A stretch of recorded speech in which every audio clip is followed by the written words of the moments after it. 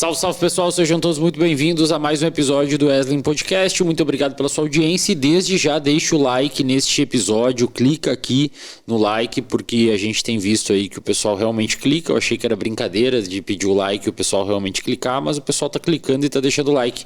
Então meu editor tá pedindo para eu solicitar todas as vezes que a gente faz um episódio aqui o seu like. Então já deixa o like aqui que isso é importante para nós. E também inscreva-se no canal, fechou? Se você está no Spotify, depois você vai lá no YouTube e deixa o like lá na live, porque assim você manda o nosso episódio para mais pessoas, o YouTube entende que é relevante e nos recomenda. E aí eu continuo fazendo esses episódios aqui para vocês, ok?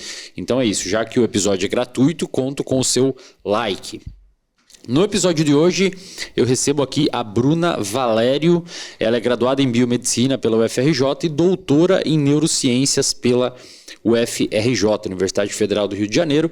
E nós falaremos sobre um tema que vocês pediram demais nos últimos meses ou anos, talvez, desde a existência do nosso podcast, que é a condição popularmente conhecida como psicopatia, sociopatia, ou o que vocês normalmente chamam aí no senso comum. É um tema que as pessoas têm muita dúvida sobre o que realmente é, e até certo ponto essa palavra foi banalizada, assim como foi banalizada outras condições, como por exemplo pessoas neuróticas ou pessoas narcisistas, como normalmente a galera diz. Todo mundo aí diz que tem uma mãe narcisista, quando na realidade essa é uma condição bem específica. Assim é também com psicopatia.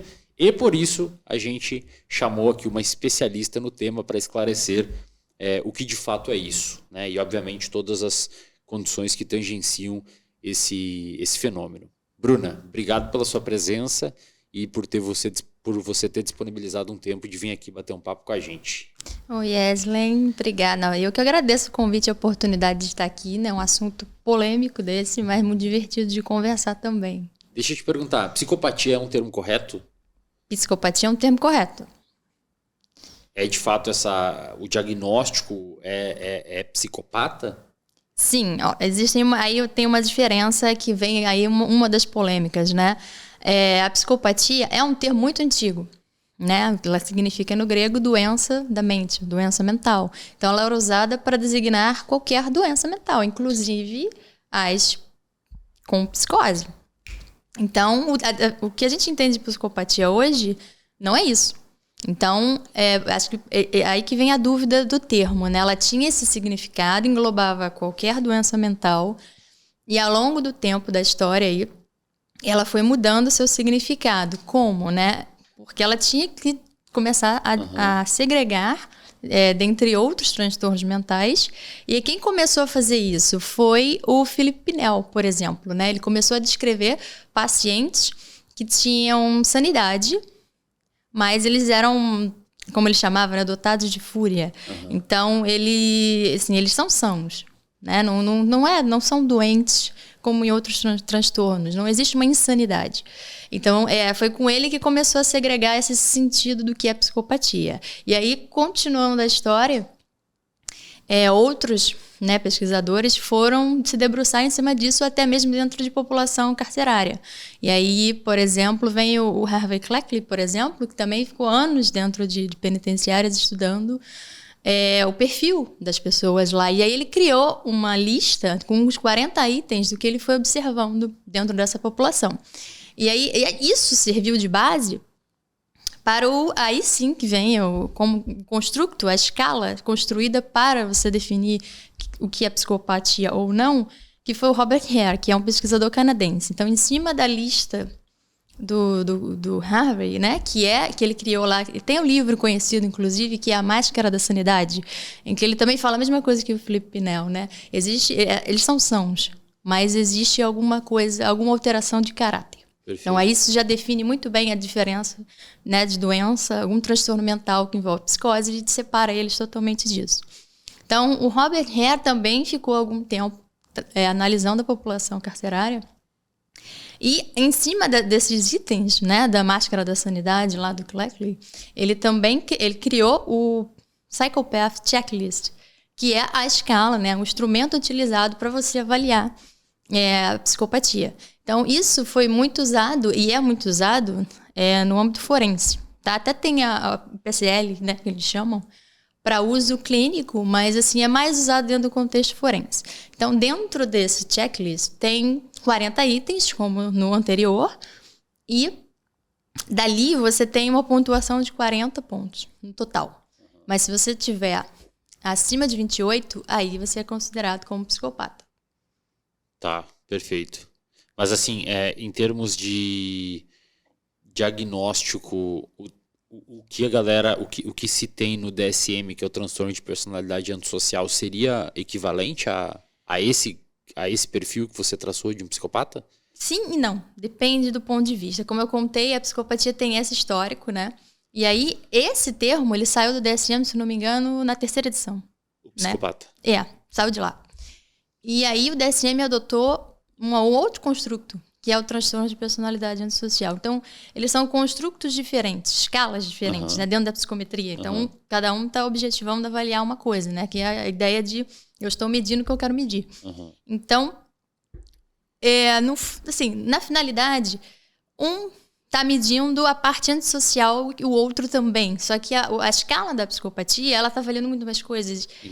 Questões interpessoais, afetivas. Entendi. Que o transtorno de personalidade antissocial do DSM não avalia. Entendi. Então é como se você tivesse um círculo e uma coisa está aqui Perfeito. dentro e a outra é muito maior. Então a gente até poderia dizer que engloba, a gente está avaliando o comportamento antissocial, os dois estão. Mas a gente não pode dizer o psicopata ele também tem transtorno de personalidade antissocial. Ele pode ter, mas se você avaliar o transtorno de personalidade antissocial per se só, você não pode dizer que ele é psicopata. Então, talvez você tenha que avaliar com as duas escalas. Eu imagino que existe uma sobreposição. Existe uma sobreposição. Sim, coisas, né? Você pode encontrar uma pessoa que você fez o PCL, ela deu lá 28, 30 pontos acima disso, você diagnostica, ele é psicopata. E se você fizer a escala do DSM, pode ser também. Perfeito. Então, isso pode acontecer. Qual que é a porcentagem na população de pessoas? Vamos só para deixar claro aqui, galera, então, porque tem muito profissional da psicologia e da psiquiatria que assiste, da medicina e tal. Então, a gente tem um manual nosológico que estrutura os transtornos psiquiátricos, que comumente a gente fala aqui no podcast, inclusive devido ao fato de virem muitos psicólogos aqui, que é o DSM. DSM, tá? É um manual usado na psicologia, na psiquiatria, para diagnosticar transtornos mentais. Então, dentro do DSM, só para vocês entenderem, a gente falar a mesma nomenclatura, a gente tem um transtorno, que é o transtorno de personalidade antissocial, que é, digamos que uma parte, como a professora explicou aqui, é uma parte da psicopatia. Para a gente falar a mesma linguagem, vamos usar o termo psicopata, tá? Acho que vai ficar mais fácil também para a galera entender. Qual que é a porcentagem na população desse fenômeno? A porcentagem aí depende da literatura, né? Alguns, por exemplo... O DSM e a Associação de Psicologia Americana, né, eles vão de 0,2 a 3,3 para o transtorno de personalidade antissocial. Já a psicopatia, ela tem no geral, assim, dependendo da literatura, né, ela tem 1% da população mundial. E aí, dentro do contexto forense, 8% para o sexo masculino e 2% para o sexo feminino. Então, assim... Mais presente em homens. Novamente, é a questão da escala usada, né? Perfeito. Então, mas assim, a equivalência... Assim, existe até um pouco de equivalência, né? Mas assim, dentro do SM e da APA, né? Da Associação de Psicologia, tem um range grande bastante. Até, né? De 0,2 até 3,3. Bastante. E 3,3 é bastante. É bastante. Né? É quase um incidente, prevalente de TDAH, por exemplo, na população. É bastante. É bem grande. Qual que são as características comportamentais da população de pessoas que têm psicopatia? É aquele estereótipo do cinema, do psicopata americano lá?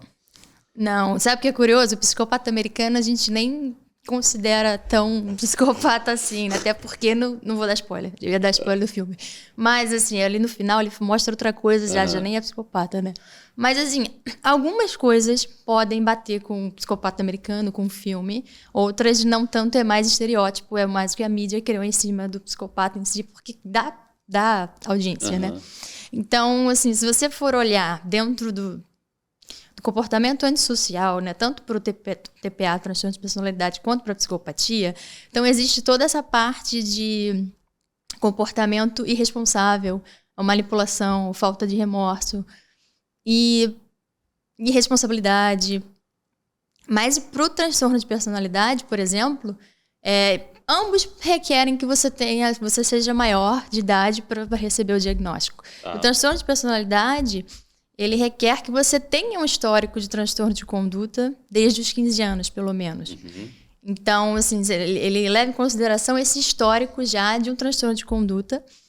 A psicopatia também avalia o histórico, mas não necessariamente requer que você já tenha tido algum transtorno de conduta antes. Então, assim, olhando esses dois construtos, eles levam em consideração esse tipo de comportamento. Já a escala para psicopatia, ele vai levar outras coisas em consideração. Por exemplo, falta de empatia. Então, isso não é avaliado pelo DSM, na escala para o transtorno de personalidade antissocial, não tem falta de empatia como característica dessa população. Já na psicopatia, isso é avaliado. Então, isso é um dos itens lá dos 40 itens que eu citei. A falta de empatia é uma delas. Então, assim, existem alguns desses elementos, né, dentro do comportamento. Alguns se sobrepõem dentro deles e na outra escala você consegue avaliar que itens interpessoais e afetivos, né, que o outro não tem. É aí que está a grande diferença de você avalia por um ou por outro. Né? E você, Cid, se você puder baixar um pouco o ar aí, cara, tá meio frio. Isso. E essa galera normalmente é violenta? Existe esse componente muito ativo? Bom, essa é uma pergunta polêmica, né? Assim, virou na mídia uma associação muito grande de todo personagem ou toda figura violenta que você vê é psicopata. Ou uma figura que te manipula muito, ele é psicopata. Então, tem um mito aí, né? Tipo, nem todo psicopata ele é violento ou ele vai ser criminoso. E nem todo criminoso ou pessoa violenta também é psicopata. Então, isso é algo que a gente tem que quebrar já de cara, né? Então, depende muito. Assim, não é a maioria das pessoas, né? Dos psicopatas ou pessoas que têm transtorno de personalidade antissocial que são violentas, né? Depende muito do perfil que elas têm e, né, do comprometimento psicológico que elas têm também. Então, não são imagens que andam juntas, né? O psicopata, ele é sempre violento. Mas pegando assim um recorte de pessoas psicopatas, existe uma maior propensão à violência ali dentro? Por conta, eventualmente, da neurobiologia subjacente? Dependendo da neurobiologia, né, das áreas cerebrais que estão afetadas ali, você pode ver maior impulsividade, um quadro de mais agressão, e pode ser também violência. Então, aí é bom lembrar a diferença da agressão para a violência. Né? A agressão é um comportamento de defesa que a gente tem. E a violência é um comportamento que pode incluir agressão, mas a finalidade é causar danos. Então, a agressão ela pode estar... assim, o comportamento de agressão não necessariamente tem violência, mas o comportamento de violência ele carrega um comportamento agressivo junto.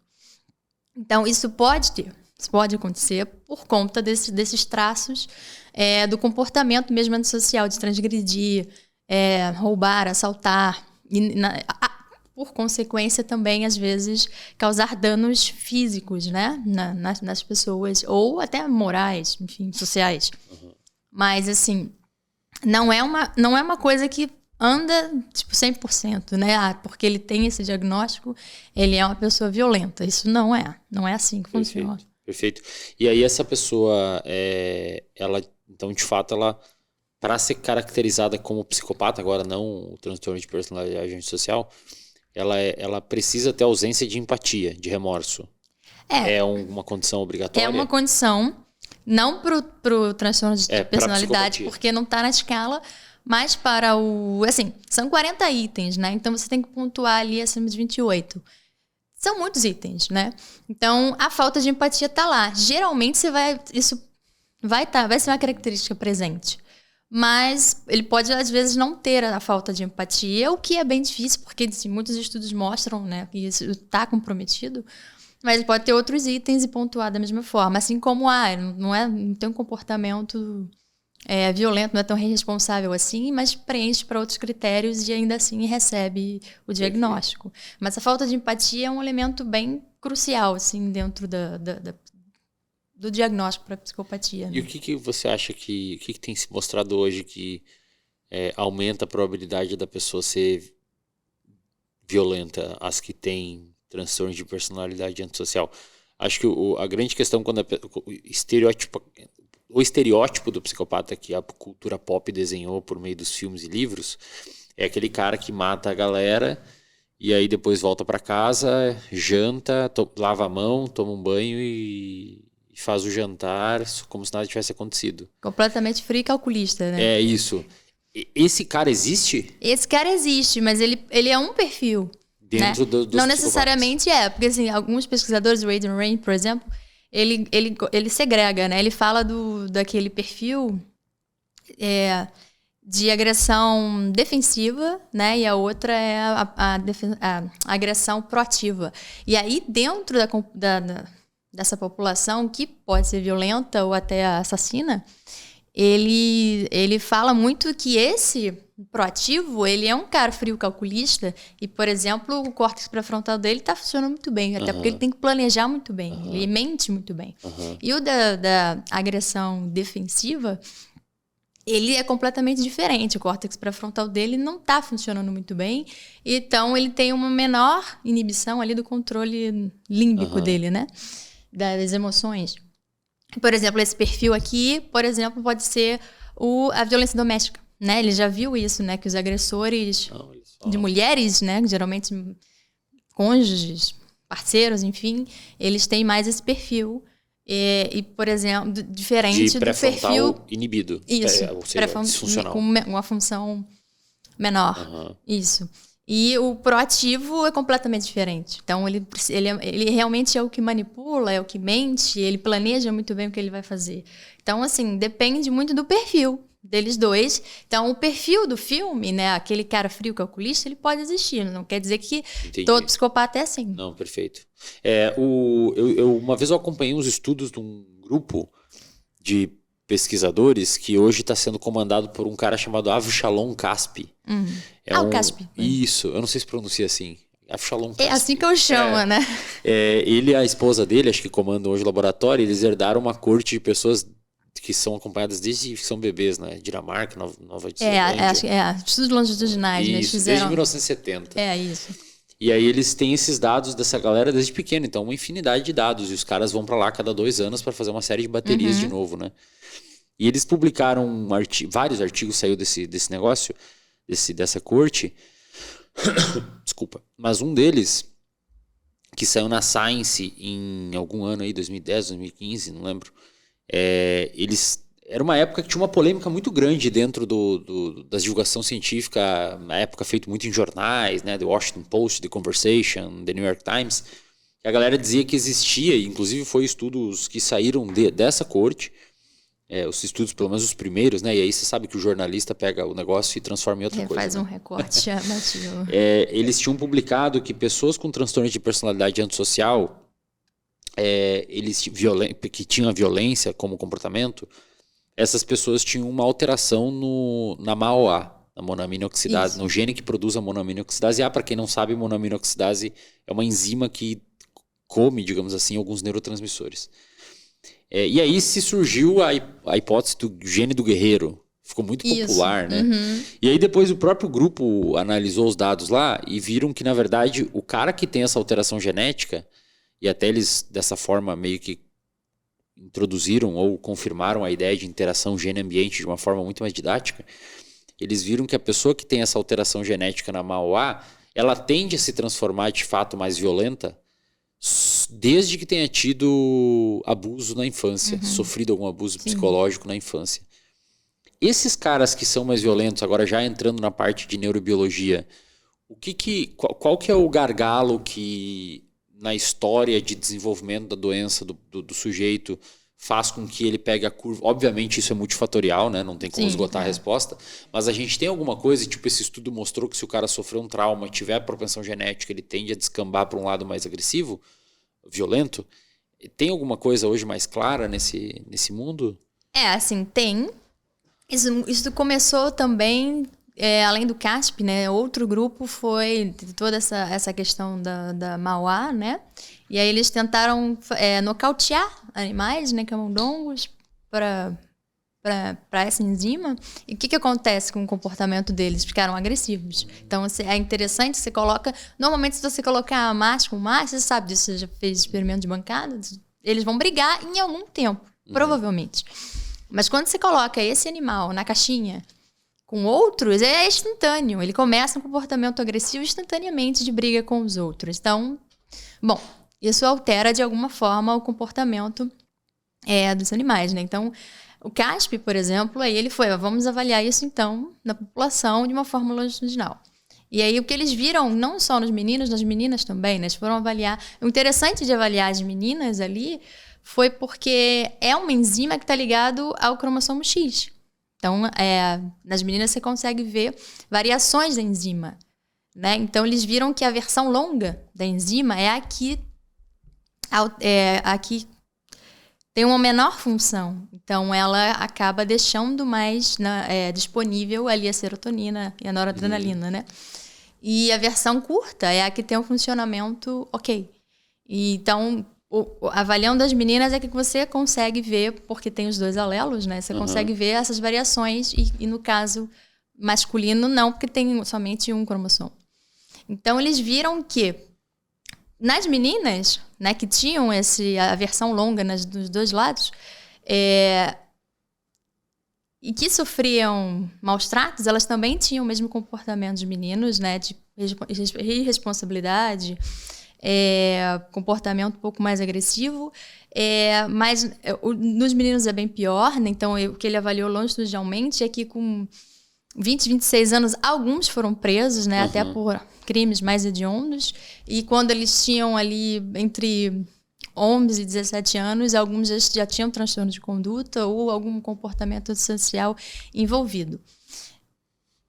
Mas isso como? Apenas se eles fossem submetidos a maus tratos. Então, o que esse trabalho mostrou de interessante é que não é uma coisa genética, não é determinista. Não basta que você tenha o gene alterado que você vai ter esse tipo de comportamento. Que era o que você achava, né? Que é o que você achava.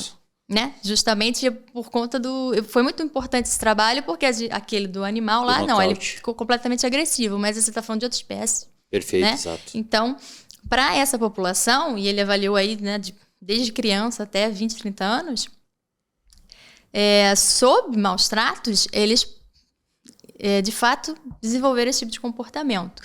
Nas meninas, aquelas que têm a versão híbrida, né? Tem a versão curta e a versão longa. Isso, de certa forma, quando elas foram submetidas a maus tratos, ela, de certa forma, não desenvolveram esse tipo de comportamento. Então, o que você pode ver que, de alguma forma, a versão funcional da enzima, ela tem um comportamento protetor, assim, neste sexo, né? Diferente dos meninos. Então, isso foi importante para esclarecer um pouco, de tirar esse determinismo de genética e comportamento, e mais uma questão do nature nurture, né? Barra, né? Tipo, o que você tem da neurobiologia que pode predispor e o que o ambiente de fato decide. Então, quando a gente fala para os dois, né? Tanto para psicopatia ou quanto para o transtorno de personalidade social, não é algo determinista, não é algo que você nasce. Então, esse é um outro mito da psicopatia, né? Para as pessoas sempre falam, você nasce psicopata. Perfeito. Essa é uma grande questão, você não nasce psicopata.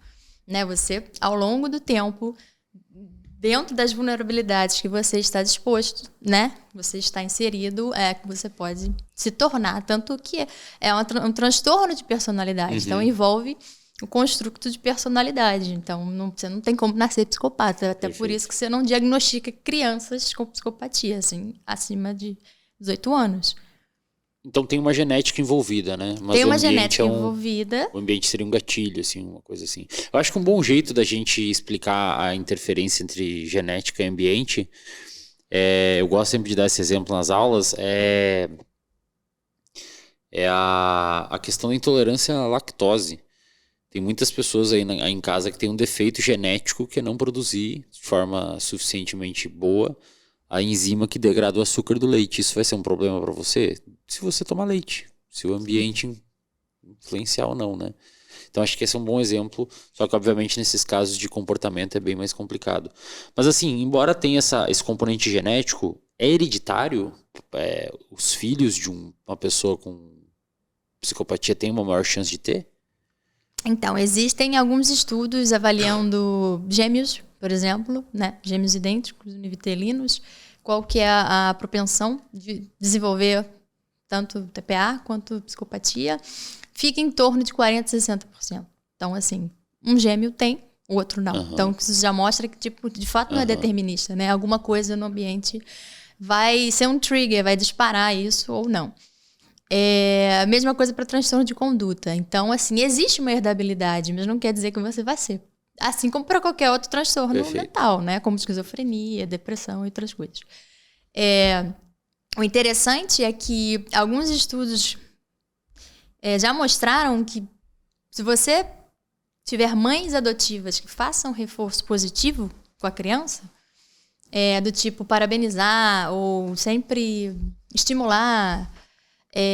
crianças que foram, né, que são filhas de alguém com transtorno de personalidade ou com psicopatia, que já mostram alguns traços na infância, aí a gente não chama de características de psicopatia ou de transtorno ou de comportamento antissocial, a gente chama de falta de alguns elementos afetivos, né, para não estigmatizar, né, não deixar essa enfim, entendi. Não sai em cima da criança. Então, é falta de empatia, falta de remorso, um pouco de despreocupação. Então, aí isso se pode observar já na infância.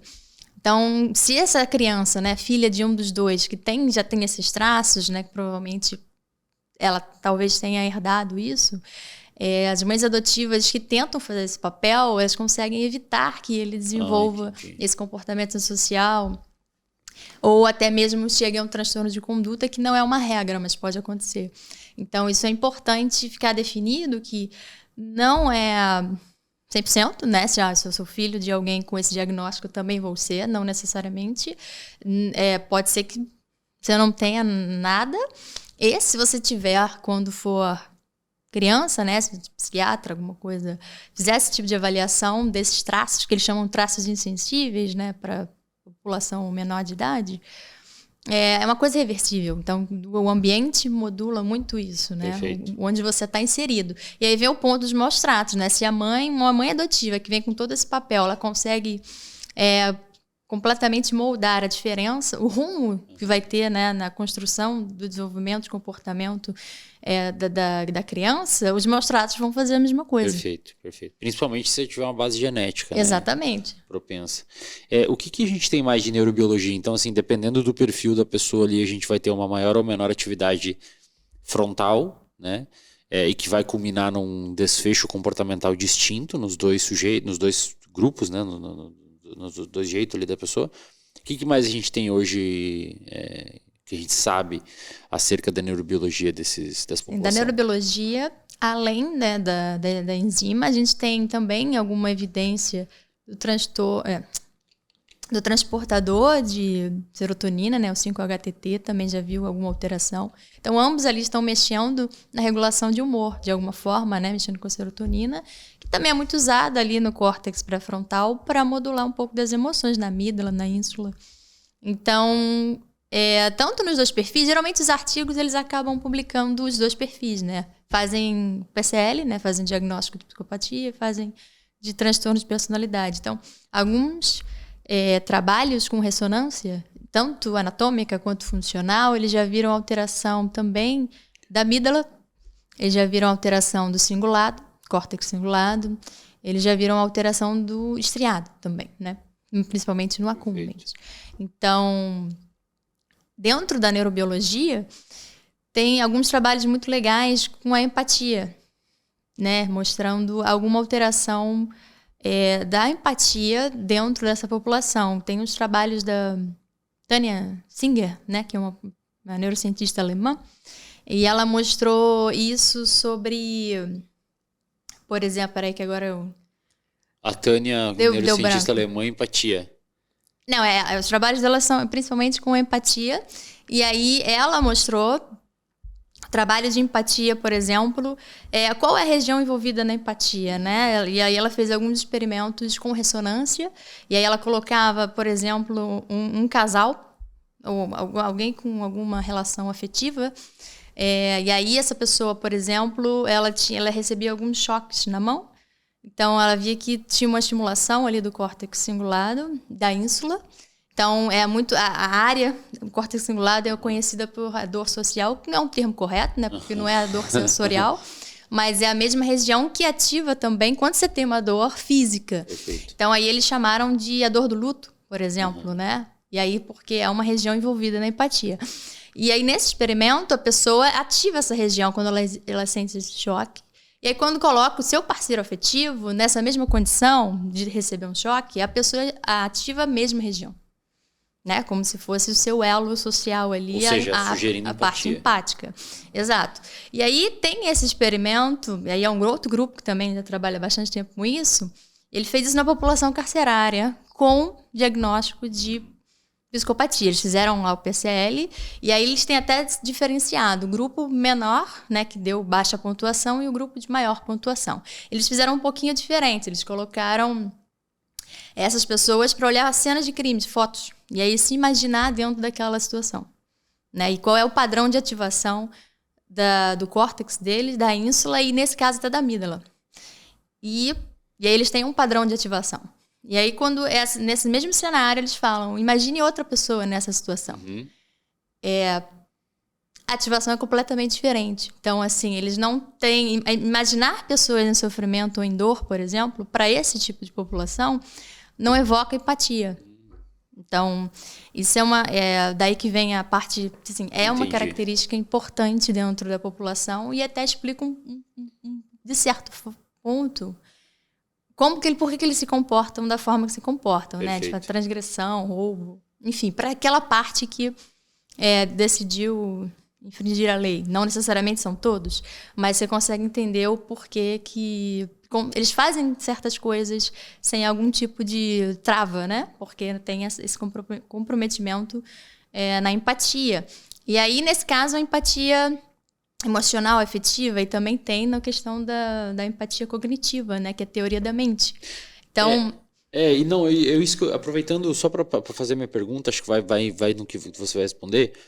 Porque assim, você tem empatia social, emocional...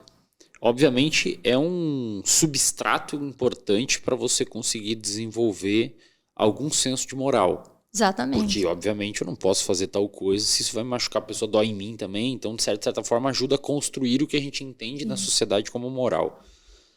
Que na filosofia, se tiver algum filósofo aí assistindo, é meio que inverso, né? O que a gente chama de moral no senso comum, acho que na filosofia, na verdade, é ética. E o que a gente chama de ética na filosofia, acho que é moral. Me corrigir se eu estiver errado, mas vamos usar o termo moral. Essa galera, pelo fato de não ter empatia, ou alguns não terem empatia, vamos usar o caso da população carcerária ali que você viu no estudo. Essa galera, eles conseguem ter um senso de moral via aprendizado do que são as normas sociais, entende? A despeito de não sentirem empatia. Sim. Eles conseguem aprender as normas sociais. Normas sociais. Isso. Então, esse é uma questão interessante, né? Tem esse mesmo grupo que fez a ressonância com a empatia, né? Olhando, se coloque nessa situação ou imagine os outros, eles também fizeram outros trabalhos na mesma situação, né? Então, agora a pergunta mesmo, para te responder... Se eles conseguem ter senso de moral. Isso, então esse trabalho fez uma meta-análise, esse grupo, né, fez uma meta-análise gigante, tentando avaliar se eles têm algum julgamento moral, assim, é um problema de julgamento moral ou tem outros fatores envolvidos, né? Então eles viram que tem um efeito de julgamento moral comprometido, muito porque alguma das áreas em que o julgamento moral está envolvida, né, do cérebro, está comprometida nessa população, então... Mas não apenas isso, né? Então, eles viram que existe algum comprometimento em aprender as regras. Entendi. Como eles chamam de internalizar alguma regra moral. Aí a gente tem que... o julgamento moral é uma capacidade que a gente tem inata, né? Agora, o que é certo e errado a gente aprende ao longo da vida, que é o senso moral. Então, isso depende muito do ambiente, da cultura, da criação que você tem, das regras daquela sociedade que você está. Comer carne no final de semana no Mato Grosso é uma coisa, na Índia é outra, né? Exatamente. Então, isso depende do contexto que você está. Então, o que parece é que existe um comprometimento de entender o que é o certo e o errado ao longo do desenvolvimento. Não que hoje, adulto, aquela pessoa diagnosticada com psicopatia, ela não entende o certo e o errado que ela fez. Ela sabe o que ela fez. Mas ela não sente, né? Aí existe uma discussão entre ela... que é a questão da semi-imputabilidade, né? Que alguns pesquisadores gostam de discutir isso. Para o jurídico, eles... Não, Sim. Mas eu digo assim, a pessoa ela sabe que é errado, mas ela não sente que é errado. Porque são coisas distintas, concorda? Isso, sim, inclusive, levanta aqueles estudos que o Damasio fez por muitos anos, né? Sim. Existem algumas partes do córtex pré-frontal que o Damasio chamava de porta das emoções pro pré-frontal, principalmente o ventromedial. Isso. Inclusive, alguns pesquisadores acham que deveria ser do sistema límbico, de tanto que tem conexões ali. E parece que se você não tem aquela região ou tem lesão daquela região, os marcadores somáticos do Damasio, que são alterações fisiológicas, aquele aperto no estômago, aquele negócio de borboleta no negócio, aquele calafrio, ele não entra, digamos assim, você não consegue... A pessoa eventualmente sabe que é errada, mas ela não sente que está errada. Que está errado. E alguns têm dificuldade até de saber que é errado. Sim, então, essa questão do marcador somático do Damasio, realmente... Para algumas pessoas tem, né, a parte da sudorese, né, que é o que ele chama de planejamento emocional, né? Você vai tomar certa atitude, vai ter uma tomada de decisão em relação a algum contexto que você está, algum dilema que você está, sabendo da consequência. Aí, como você prevê aquela consequência, você já prevê como que você vai desencadear a emoção em cima daquela consequência. Vai ser boa? Vou fazer. Vai ser ruim? Não vou fazer. Tipo você pensar que vai terminar o seu namoro e sentir mal pra caramba e você decide não terminar. Exatamente. Então, o que o Damasio viu, primeiro em pessoas que tinham lesões, né, e depois alguns outros trabalhos foram ver isso nessa população também, porque aí tem alguma alteração de região, é que eles também têm alguma coisa nesse sentido, né? Eles até entendem que tá errado, mas eles não têm essa sudorese, essa antecipação emocional, tipo, não causa aquele sofrimento, então não vou fazer de qualquer forma. E aí envolve um pouco da empatia também. Então, mas aí depende, né? Como eu falei, para a questão de entender o caráter ilícito, eles entendem. Aí a outra parte é se determinar de acordo, que aí é onde entra um pouco da neurociência, ou da ciência de alguma forma, em cima disso, né?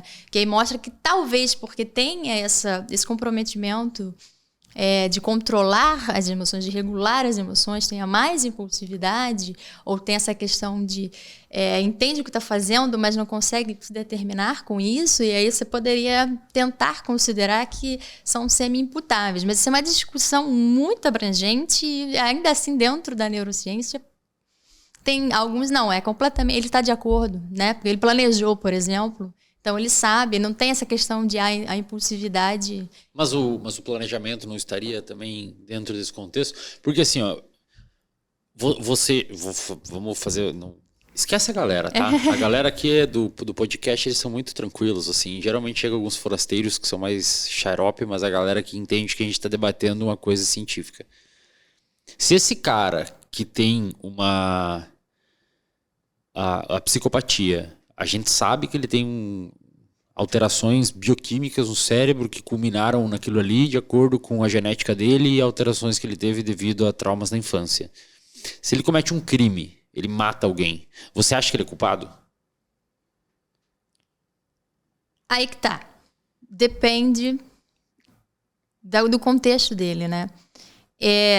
Dentro desse conceito, né, primeiro você tem que entender que o crime é uma coisa tipificada, antijurídica e culpável. É a parte do culpável que você pode dizer se alguém cometeu um crime ou não. Então, por isso que com alguém com doença mental que cometeu algum crime em psicose, ele não é culpável. Então, você não pode imputar ele para esse crime. Agora, dentro da psicopatia é uma polêmica enorme, porque tem essa discussão de ele tem que entender o caráter ilícito e ele tem que se determinar com isso. Então, por exemplo... Nos Estados Unidos e outros países, existe dentro do sistema jurídico, lá dentro da lei deles, as doenças, os transtornos que eles podem considerar nisso. Aqui no Brasil não tem. É só o Código 26 lá, o Código Penal, em que diz, tem capacidade de entender o caráter ilícito do ato e de se determinar de acordo com tal. Exceto no caso de doença mental. E não diz quais transtornos. Então, aí entra a avaliação psiquiátrica, a avaliação forense em cima do que esse cara fez. Então, dentro da questão, o psicopata que tem toda essa alteração neurobiológica ou, né, de vida, de experiência de vida psicológica, ele comete um crime, ele é culpado? Ele talvez você pode até não encaixar ele na culpabilidade ali, mas ele vai ter que ser punido de alguma forma. E aí depende, você vai ter que avaliar o psicológico dele, a questão psiquiátrica dele, né? Ele foi, durante aquele momento, ele foi capaz de entender o que ele estava fazendo? Aí entra a avaliação psiquiátrica. Aí, se ele foi capaz de entender o que estava fazendo, ok.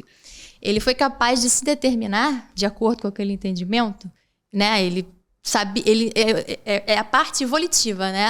A primeira parte é a intelectual. Então, eu quero fazer, eu sei o que é errado e o que é certo. Eu quero fazer, eu vou fazer, ou não vou fazer, é errado. Essa é a parte volitiva, né? Ele se determina com aquele entendimento. Então, isso vai entrar na avaliação. E essa parte é crucial, assim, dentro do que vai determinar se esse cara vai ser culpado ou não. Então, muitos dos casos que a gente já viu, né, inclusive midiáticos, eles entenderam o que estavam fazendo e se determinaram de acordo com tal, foram culpados. Alguns, e aí depende muito, às vezes você tem um diagnóstico de psicopatia, mas às vezes tem alguma comorbidade, tem algum outro transtorno mental envolvido. Então, daí por conta disso, se ele não consegue entender o caráter daquilo que ele fez ou se determinar com aquilo, dependendo dessa comorbidade, aí você pode tentar questionar. Isso aconteceu muito no tribunal lá, né, no dia do Jeffrey Dahmer, né, lá em 92. Ele foi avaliado por 3 psiquiatras, 3 psicólogos, cada um deu um diagnóstico diferente, mas nenhum deles deu psicopatia para ele. Então, até esquizotipia deram, né? Porque ele tinha alguns delírios, alguma coisa assim. Então, a defesa tentou muito ir nesse ponto de, tipo... ele até entende, porque ele declarou isso. Não, eu entendo que eu fiz errado. Mas ele poderia não ter essa questão a impulsividade, como ele dizia, né? Ele não conseguia não controlar aquilo. Então, essa questão da semi-imputabilidade e a imputabilidade mesmo... é uma questão muito polêmica, então depende muito do crime, do que a pessoa fez, como ela fez e da avaliação psiquiátrica dela. Normalmente vai ser considerado culpado, porque entendeu e se posicionou de acordo com aquilo. Se você está gostando desse episódio, saiba que ele tem o apoio da Probiótica, a marca de suplemento que eu utilizo aqui nos meus treinos. Você encontra desde barrinhas de whey, gel carboidrato se você atua aí na área de endurance, corrida, natação, ciclismo, creatina, whey, coqueteleira, tem uma série de outras opções lá de carbo, gomas e etc. De outros sabores de géis carboidratos também.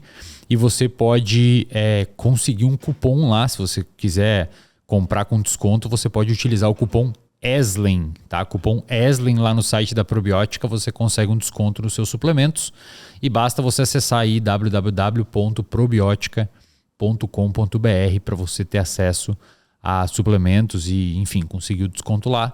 A Probiótica ajuda nós aqui no nosso podcast para trazer conteúdos relevantes para vocês. Fechou? Bom episódio, bom resto de episódio. Eu imagino assim, se o cara tem uma disfunção na atividade de algumas regiões do cérebro que são envolvidas com processo de empatia e com tomada de decisão, eu acho muito estranho ele ser culpado por um comportamento que ele fez, porque não tem célula. A célula da região que produz aquele tipo de comportamento, ela está disfuncional. Seria o equivalente em termos fisiológicos de você culpar um diabético tipo 1 por ter diabetes tipo 1. Não tem a célula que produz insulina. Exatamente. Como é que o cara vai ser culpado? Então eu entendo o que você falou aí, mas eu acho que o cara não é culpado. Agora, isso não significa... Porque sempre quando eu falo isso, os caras vêm falar, então dá pra matar o cara. Não, cara. Os caras são 8 ou 80. Não. Eu entendo que ele não é culpado no sentido de...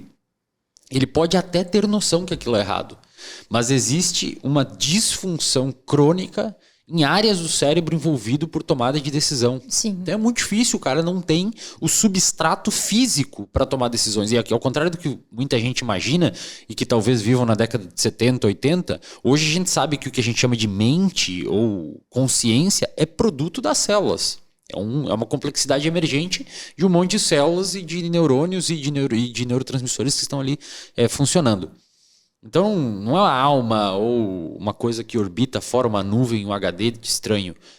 É produto da célula. Se você não tem a célula, não tem essa complexidade emergente funcional, que é o que a gente chama hoje de consciência, self ou qualquer outro nome.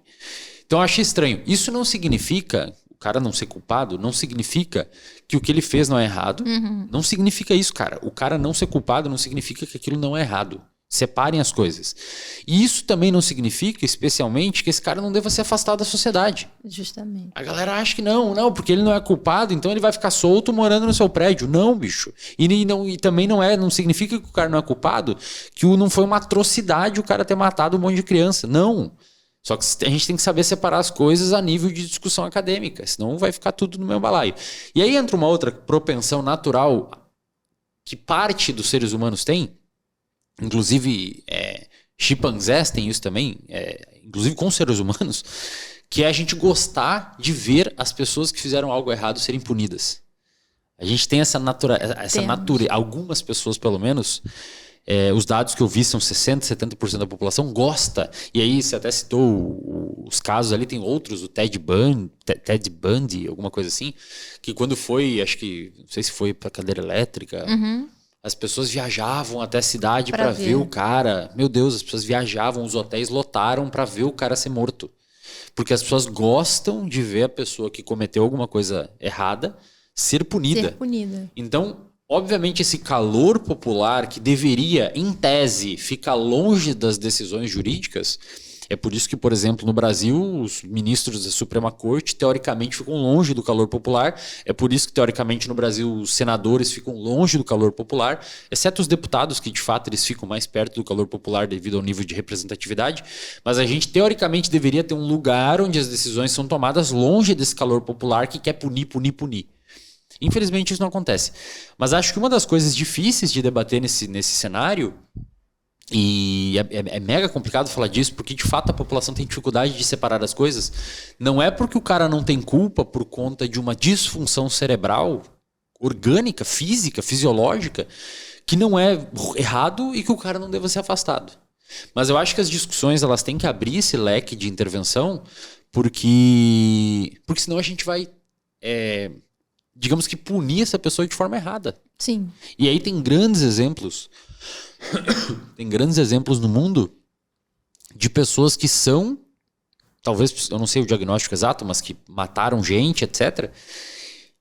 Acho que um dos grandes exemplos, salvo engano, é na Noruega, que um cara entrou numa ilha lá e começou a caçar as crianças com uma arma.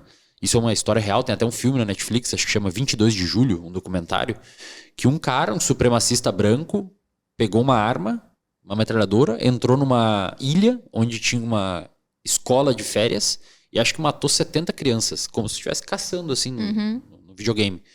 E filmou e tal.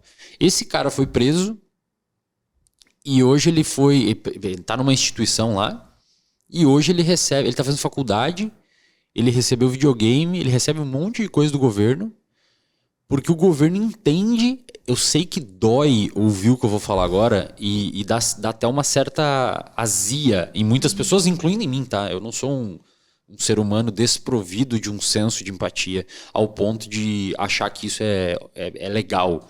Só que a gente tem que olhar o dado do ponto de vista de forma mais fria.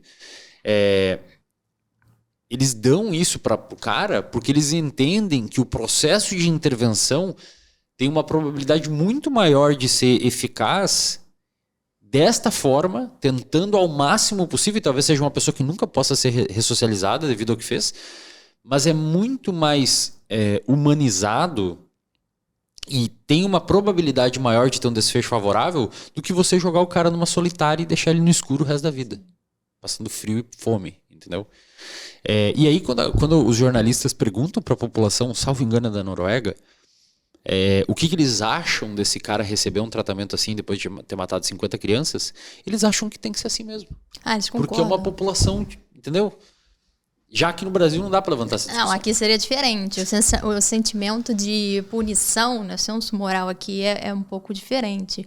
Então tem coisas interessantes para comentar aí, né? Primeiro, a parte da culpabilização ou não, né? Nesse caso, é importante fazer o adendo de que não é porque você não vai culpá-lo que ele vai continuar livre. Isso, exatamente. Ele vai para o hospital de custódia, por exemplo, né? Ainda que ele seja enquadrado ali na semi-brutalidade, ele vai para o hospital de custódia como vai alguém que matou estava em psicose.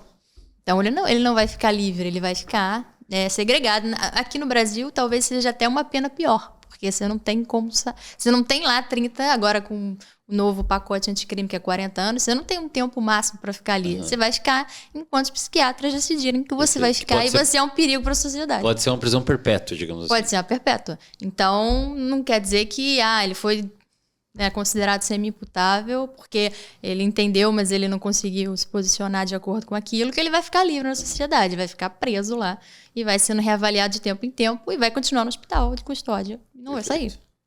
Agora, o outro ponto sobre o julgamento moral, o senso moral, né? Tem experimento muito interessante com crianças e chimpanzés, né? Mostrando essa questão do sentimento de punição.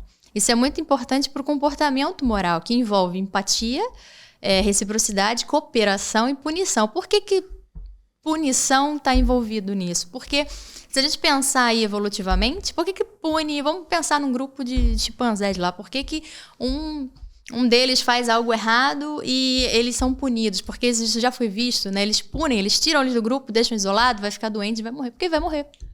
Você vive em bando, você precisa do social. Uhum. Você precisa da cooperação para caçar, para conseguir comida, para... Viver em bando é importante. E aí a gente não muda muito nesse sentido. Uhum. A gente também precisa disso. Por isso que é importante a empatia, o altruísmo e esse senso de justiça, de cooperação. Então, aquele que não coopera é punido, né? É isolado. Então, a gente tem muito esse sentimento de punição. Alguém fez algo muito errado, ele tem que ser punido. Ele tem que ser isolado. Né? Porque a gente ele infringiu as regras, ele não faz atitudes cooperativas, né? De acordo com a gente, não tem atitudes altruístas. Então tem experimento mostrando um joguinho, por exemplo, e aí são 3 pessoas jogando e tem uma pessoa que trapassa. E aí essa pessoa que trapassa, ela tem uma que trapassa e outra que não. E eles também dão alguns estímulos, choquinhos na mão. E aí a pessoa que está assistindo aquilo, quando isso é feito na pessoa que trapaceou, existe lá também a ativação da região e ainda uma liberação de dopamina. Ou seja, você ainda tem aquele estímulo de... É como se você olhasse de uma forma que não é assim que a gente interpreta, né? Mas se a gente fosse avaliar, ele está sentindo uma sensação de recompensa em ver alguém que trapaceou sendo punido. E acontece diferente. Aquela pessoa que levou o choque, a estimulação, que não trapaceou, a pessoa ativa as áreas empáticas. Uhum. Tipo, cara, que injustiça, né? Ele foi punido sem ter feito nada errado. Ou seja, a gente de fato gosta de ver o cara que fez algo errado ser punido. Exatamente. Tem uma propensão. A gente tem essa recompensa, né? Justamente pelo contexto evolutivo. Exato. A gente precisa entender que a gente trabalha em cooperação. Então, se você fez algo errado, você está prejudicando você e o grupo, não só você. Né? Que é a questão do altruísmo, daquela tabela lá de cooperação e altruísmo, porque ele é importante, né? Você, se, por exemplo, eu caço e você caça, nós dois nos beneficiamos, né? Você consegue consigo e a gente está agregando. Uhum. Se eu caço, você não, mas eu te dou alguma coisa, ou vice-versa, eu estou, de alguma forma, colocando uma sementinha. Tipo, em algum momento no futuro, pode ser que você caça e me dê alguma coisa. Perfeito. Então, a gente está se ajudando de alguma forma. Um está somando, outro não, mas em algum momento, no futuro, isso pode ser invertido. Agora, se eu não faço e você também não faz, ou se eu tenho um comportamento egoísta, eu não estou... eu não estou trabalhando em cooperação, né? Então, em algum momento, eu também vou me dar mal com essa escolha e também te prejudiquei. Então, o melhor dos cenários é quando a gente trabalha em cooperação. Você e eu, por exemplo, a gente está num bando e você vai caçar e eu também, e a gente está se ajudando. Então, se você combina isso comigo e não faz, Em algum momento, a gente está dentro de um grupo, a gente está errado. E a gente vai ter esse comportamento de punição. Porque foi importante dentro da evolução, né, do nosso comportamento moral. E ele envolve isso, cooperação, empatia, altruísmo. Perfeito. E também o sentimento de punição. Então, isso é interessante, esse experimento. Esse dos chimpanzés com as crianças também, né? Eles colocaram crianças de 4 e 6 anos para assistir um teatrinho. Então, tinham fantoches que brincavam com as crianças. Alguns desses fantoches sacaneavam as crianças. Beliscavam ou tiravam o doce delas, e outros não. E aí tinha uma terceira pessoa que era um instrutor, e ele punia tanto esse que, de certa forma, sacaneou as crianças, e injustamente o que não fez nada com as crianças. E aí essas crianças recebiam figurinhas, tipo moedinhas, que elas podiam trocar por doce ou alimentar e continuar vendo a punição. Então, elas escolhiam ativamente pegar essa figurinha e continuar assistindo quando aquele que sacaneou elas era punido. E quando era o contrário, tipo, aquele fantoche bonitinho que brincou comigo e não fez nada demais, ela não queria trocar a figurinha para continuar assistindo aquele teatro de punição. E a mesma coisa aconteceu com os chimpanzés. É claro que não com figurinha, trocando figurinha para recompensa, porque ele não entende esse valor monetário, né? Mas com eles foi diferente. Eles tinham instrutores que davam comida e outros que sacaneavam, tiravam a comida deles, brigavam com eles. E aí tinha uma terceira pessoa lá que também punia o que trapaceava com eles e o que não. E no caso dos que trapaceavam, né, eles tinham portas muito pesadas, mas assim, não vou fazer isso, dá muito trabalho para fazer. Eles tinham moeda de troca alta, né? É moeda de troca alta. Então eles tinham salas diferentes que eles podiam acompanhar esse instrutor punindo o outro. Então nessa situação, eles também levantavam essa porta e continuavam assistindo a punição desse instrutor que roubou a comida deles. E no outro caso, eles não iam fazer isso. Então, essa é uma coisa interessante, porque crianças de 6 anos fizeram isso, os chimpanzés fizeram isso e crianças de 4 anos não. Então, assim, você vê que existe um desenvolvimento do senso moral ali, né? Que aprendeu o que é certo e o que é errado. Então, assim, as crianças mais novinhas, elas ainda estão aprimorando esse comportamento moral delas. E as maiorzinhas já estão com isso um pouco mais desenvolvido. Por volta dos 5, 6 ali. 5, 6 anos, sim. Bruno, deixa eu te perguntar. Eu imagino que assim como em outros transtornos ou fenômenos do mundo, eu diria, existe uma distribuição, até por conta de distribuição de material genético, enfim, de comportamentos ou de intensidades de comportamentos dentro dos fenômenos da população de psicopatas, né? Ou seja, deve ter um extremo, outro extremo, e a maioria talvez esteja no meio. Não sei se é assim exatamente.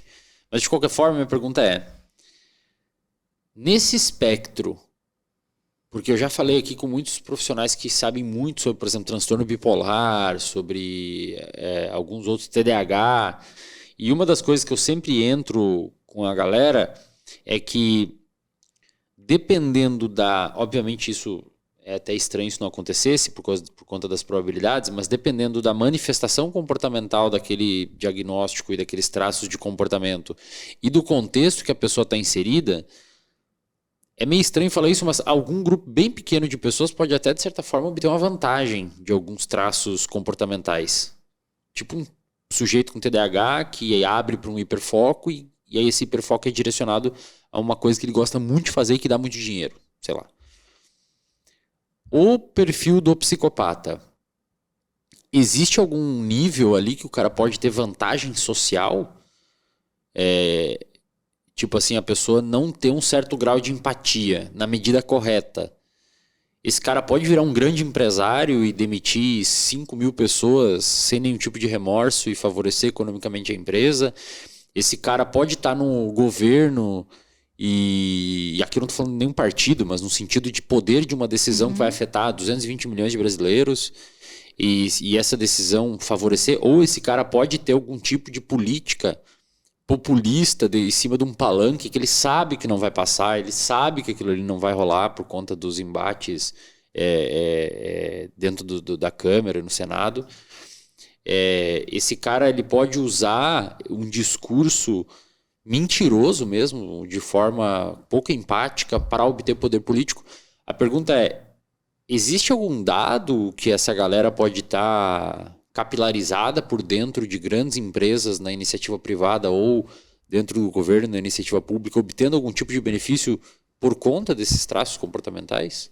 Sim, existe. Assim, eu lembro que tem um tempo atrás saiu um trabalho mostrando, né, em quais setores profissionais existiam mais pessoas com esse perfil. Eu não me lembro bem, né, um dado já vi muito tempo, eu não me lembro bem qual eram o top 3, tipo, essa profissão tem mais pessoas com esse perfil. Mas isso existe sim. E, bom, alguns traços, é como eu falei, né? Não é porque é psicopata, ele vai ser assassino, violento. Isso, exato. E vice-versa. Na verdade, esse é o pior cenário para ele, né? Porque ele vai ser visto, né? Vai ser preso. Então, aquele perfil de psicopatia que consegue manipular muito bem o cenário que tá, e tem aquela falta de empatia.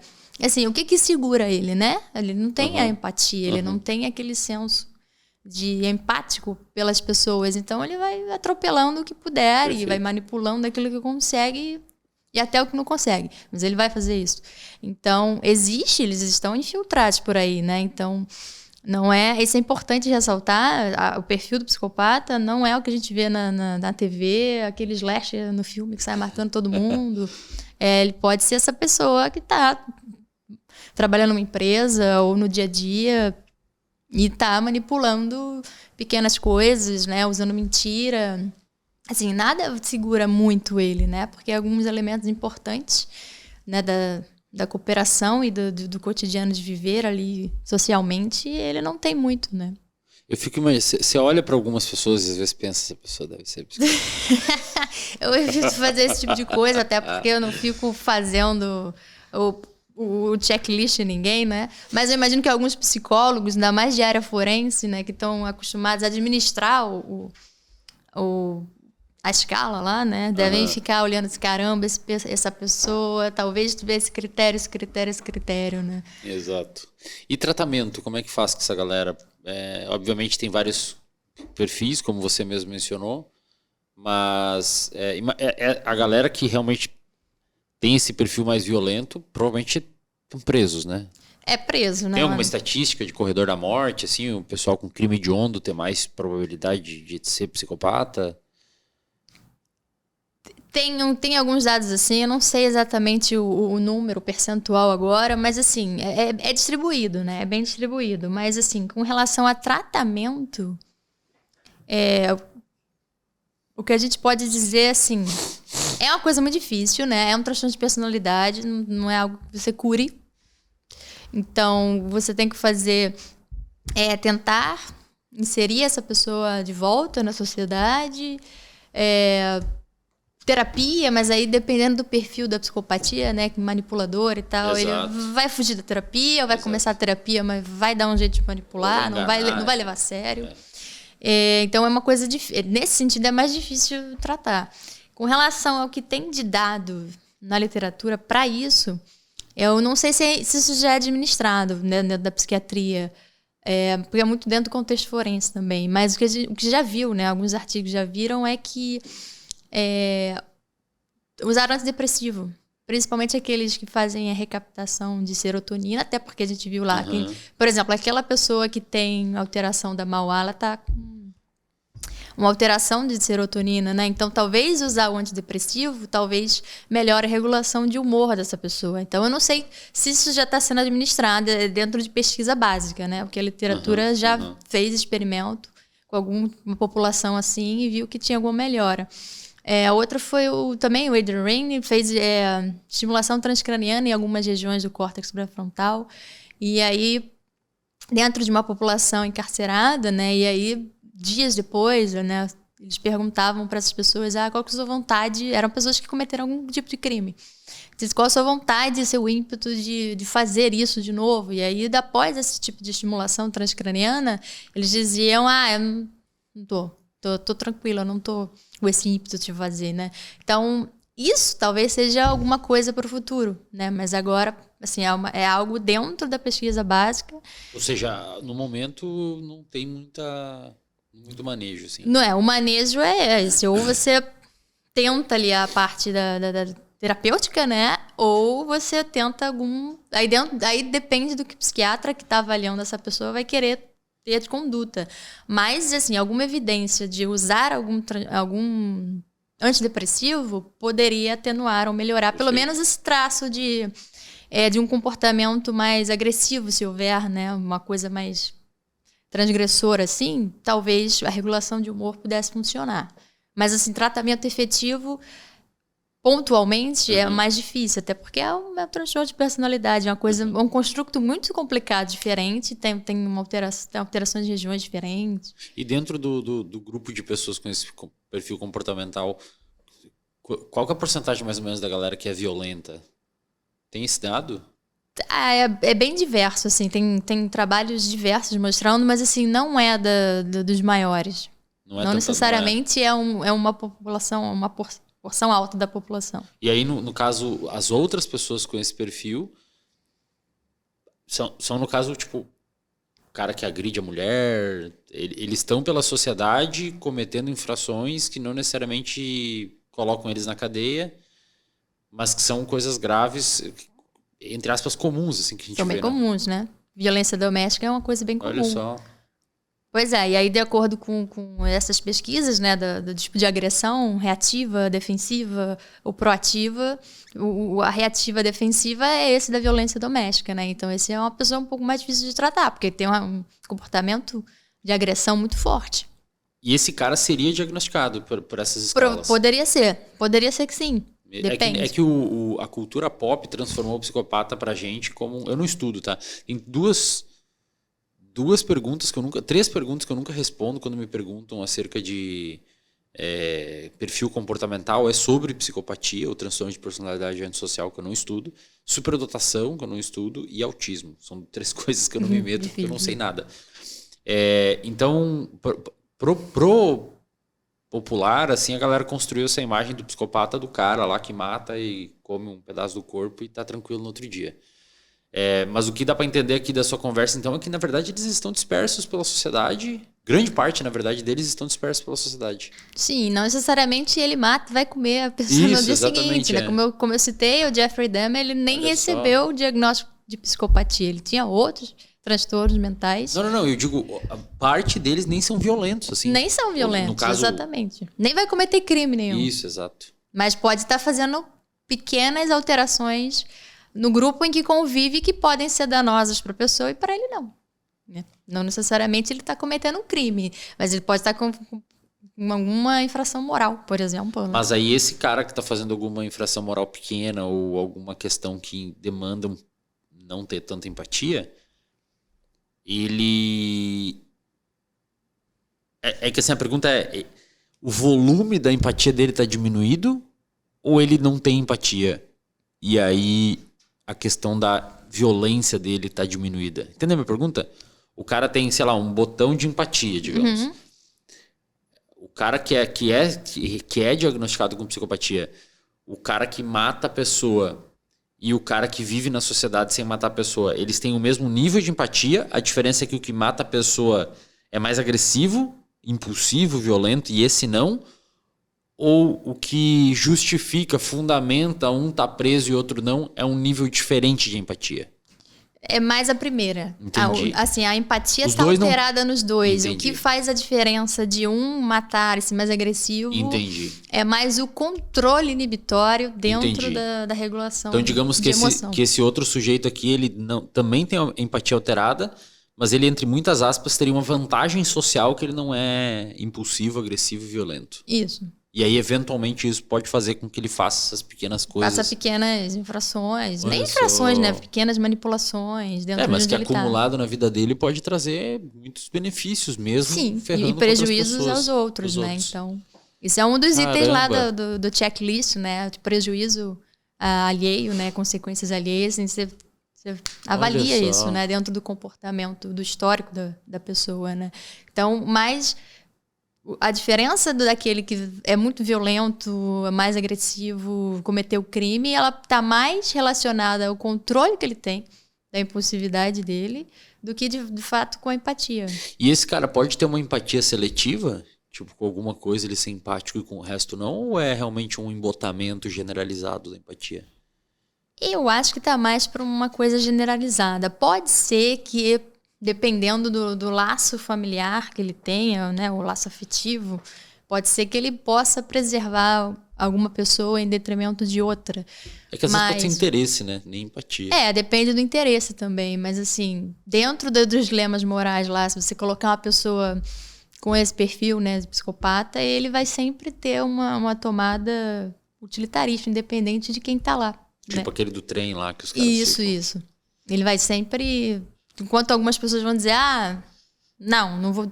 Vamos supor, o dilema do trem, ele é impessoal, né? Tipo, as pessoas vão escolher salvar um, quer dizer, salvar 5 em detrimento de um. Mas se você colocar esse é seu filho, é sua mãe, é seu marido, sua esposa, aí você tornou um dilema que era impessoal. Uhum. Assim, ele não vai mais salvar 5 pessoas, ele vai salvar só uma pessoa. E o psicopata tende a pelo botar laço afetivo. Bom, eles, no geral, eles tendem a ser utilitarista. Eles vão, sim. Aí, em dilemas pessoais, né, que envolvem algum tipo de emoção, eles também não faz diferença, vou salvar 5. Por exemplo, tem um dilema do bebê chorando, né? Que tem um contexto de guerra, e aí você tá com um bebezinho fugindo e tem mais 5 pessoas com você, aí vocês se escondem, e o bebê começa a chorar. E aí você...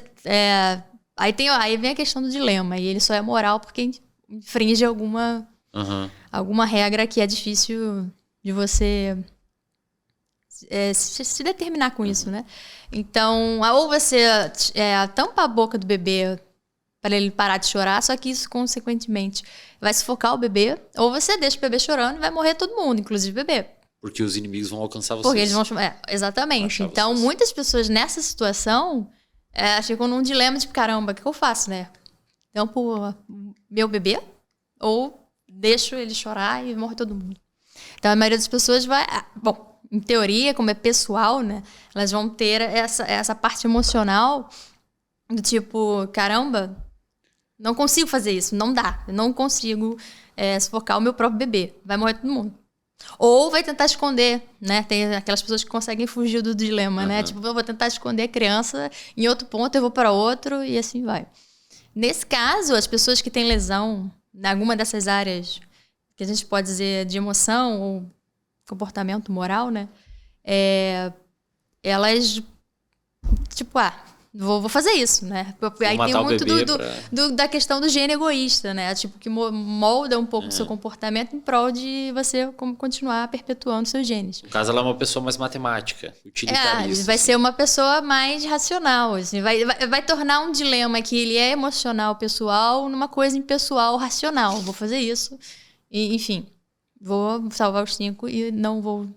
O próprio dilema do trem tem 2 variações, né? Tem um que você aciona uma alavanca e você empurra uma pessoa na frente do trem. E que muda completamente a resposta. Muda completamente a resposta, né? Inverte, tipo, quando é alavanca, 70% das pessoas dizem que puxam a alavanca pro trem matar uma pessoa e salvar 5. Quando a pessoa tem que empurrar alguém na frente do trem, inverte. 70% dizem que não vão empurrar. Que não faz, justamente. Porque simplesmente você bota emoção, né? Você tá empurrando a pessoa, né? Exatamente. Aí tem a questão do raciocínio moral, né? Que é os princípios do raciocínio moral, que é ser omisso é melhor do que ter uma ação direta. Evitar o contato físico é melhor do que ter contato físico. Então, as pessoas usam muito desse tipo de raciocínio moral nesse dilema, né? Ele já ia acontecer. Eu não tenho nada a ver com isso. Perfeito. Ou ele continua acontecendo e eu nem... Tem gente que foge do dilema também, né? Eu não vou fazer nada, vou embora. Vai acontecer o que vai. Né? Então, até pro Kant, lá, né, da deontologia, aquilo já ia acontecer. No mínimo, você pode atenuar. Tipo, eu vou desviar daqui pra lá. Ou já ia acontecer anyway. No outro, é você diretamente fazendo a ação. Então, é a questão do, é melhor ser omisso do que ter uma ação direta. Então, eu não vou fazer. Porque essa pessoa não estava no curso da situação. Ele não estava no meio do trem e o trem ia atropelá-lo. E você está jogando ele na frente do trem. Ele, com um peso, ele poderia parar o trem e salvar 5 pessoas. Perfeito. Então, isso são situações muito parecidas em que em uma decisão a pessoa consegue ser racional, né? Ela não envolve tanta emoção assim para ter essa tomada de decisão. E na outra situação é completamente emocional. né? Ela, tipo, não, eu que tenho que fazer, eu que tenho que empurrar essa pessoa, eu não vou fazer isso. E não vai. Existe um experimento que levou 9 mil pessoas, acho que foi em 2006, chamado Teste do Senso Moral, em que eles fizeram esse tipo de dilema com as pessoas em diversos países, então culturas diferentes. O do trem? Tanto do trem quanto do bebê e vários outros. Fizeram entendi. vários desses testes, né? Testando dilemas pessoais, impessoais. Então tinham 9 mil pessoas.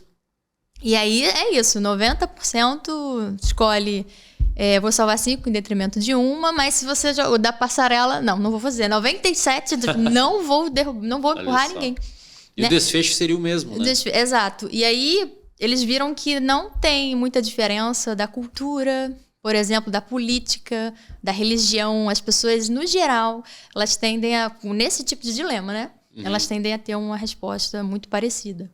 E aí, nesse caso, o psicopata seria generalizado, utilitarista em todos, assim. Vamos salvar o máximo possível de pessoas, mesmo que quem tem que morrer é o meu bebê. Quase sempre ele vai ter essa tomada mais racional, né? Até porque a empatia dele não é tão evocada assim, então, já que estou nesse dilema, vou ter esse tipo de resposta, que é um pouco parecido com quem tem alguma lesão também, né? Que é os experimentos do Damasio fazia, né? Tinham pessoas com lesão em certas regiões do córtex e também acabam tendo essa tomada mais utilitarista. E essa galera consegue ter relacionamento? Olha, aí é mais complicado, né? Eu acho Desliga o ar aí. Frio. Eu acho que essa é uma parte assim que eu não tenho muito conhecimento, assim, se consegue ter relacionamento ou não. O que a gente tem do conhecimento ali, do perfil da característica, é que por ser uma pessoa que pode manipular e mentir, acredito que vai conseguir facilmente ter um relacionamento. Agora, o quanto que ele vai ser honesto nesse relacionamento, vai ser uma pessoa legal, né, nesse relacionamento, eu tenho algumas dúvidas, mas assim, eu acho que vai conseguir. Se você avaliar pelo perfil de charme superficial, por exemplo, que é um item que tem na avaliação lá da escala de psicopatia, enfim, é uma pessoa sedutora, assim, vai conseguir ter um relacionamento, conseguir começar, né? Agora, se ele vai ter uma longevidade, aí depende de como a outra pessoa vai se comportar dentro dessa situação, porque pode ter envolvimento de manipulação, mentira, entre outras coisas. Então, eu acho que para ele pode ser bem sucedido, né? Mas assim, quem pode ser danificado nessa situação é a outra parte. Perfeito. Eu imagino que a casca do relacionamento deva ser bonita, porque o cara manipula, mente e aparentemente tá tudo bem, mas por trás talvez não, né? Exatamente. Legal. Você já conversou com um psicopata, Bruna? Tipo, desses de corredor de morte que matam pessoas, assim? Bom, se tem diagnóstico de psicopatia, eu não sei. Mas o que eu fiz em 2022, eu conversei com o Pedrinho, o matador. Ele morreu em 2022, né? Não, 23, início de 2023. Então, assim, eu não sei que diagnóstico ele teve, mas ele ficou mais de 30 anos, né? Que na época que ele foi condenado lá, ele tinha 30 anos de pena máxima. Ele ficou mais, porque ele ficou uns 17 anos na ala psiquiátrica. Então, acredito que ele tenha tido algum conflito de diagnóstico ali dentro do presídio, né? E que ele ficou 17 anos. Segundo ele ficou um tempinho. Era para ser só 6 meses, porque ele teve mau comportamento, alguma coisa assim, dentro do presídio. E depois que ele entrou, ele estava recebendo avaliações constantes de que ele não podia sair da ala psiquiátrica e ficou lá 17 anos.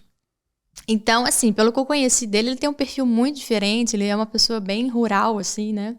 E, assim, ele tem mais essa questão de muito... A lei é de onde ele vem, né? Então, a gente resolve desse jeito. Então, ele tinha esse comportamento justiceiro, né? Como ele falava, eu mato pessoas que já não são boas para a sociedade. Era o que ele dizia. Mas, assim, se ele tinha o perfil, eu não sei. Eu não tive acesso ao... Por que você conversou com ele? Oi? Por que você conversou com ele? Foi um debate que a gente teve dentro do Instituto Jurídico, né? Então, a gente conseguiu trazê-lo para a entrevista. E aí foi um congresso que a gente fez. Então, assim, quem participou do congresso teve acesso a essa conversa, essa entrevista, né? E aí eu fui para a parte da neurociência, né? Para tentar entender o comportamento, o que levou ele a fazer o que fez e quais elementos ele considerava importantes para tudo que ele fez, a ressocialização dele, se ele achava que volta a fazer aquilo ou não volta. E ele já estava há 5 anos, mais ou menos, desde que ele foi liberado e estava se comportando de acordo. Ele foi solto para a sociedade e estava convivendo ok, né? Ele era de São Paulo, estava convivendo bem em sociedade, né? Tava lá com a casa dele, teve auxílio dos advogados também. Então ele estava dentro da lei durante todo esse tempo que ele saiu. Então, eu não consigo avaliar o que ele tinha, até porque nem é meu papel, né? Essa é só parte da neurociência, não psicóloga dando diagnóstico ou fazendo, e nem poderia também falar, né? Tipo, se eu fosse, né? Tivesse feito. Então, é uma figura icônica um pouco, né? Dentro do Brasil, assim, mas não sei exatamente que diagnóstico ele teria, mas ele, sim, alguns traços ele poderia ter, né? Porque ele matou um monte de gente.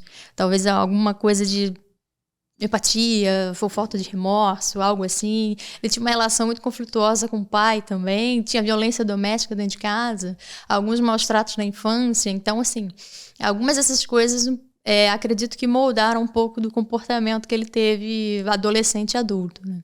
E ele, o que ele fez mesmo? O Pedrinho?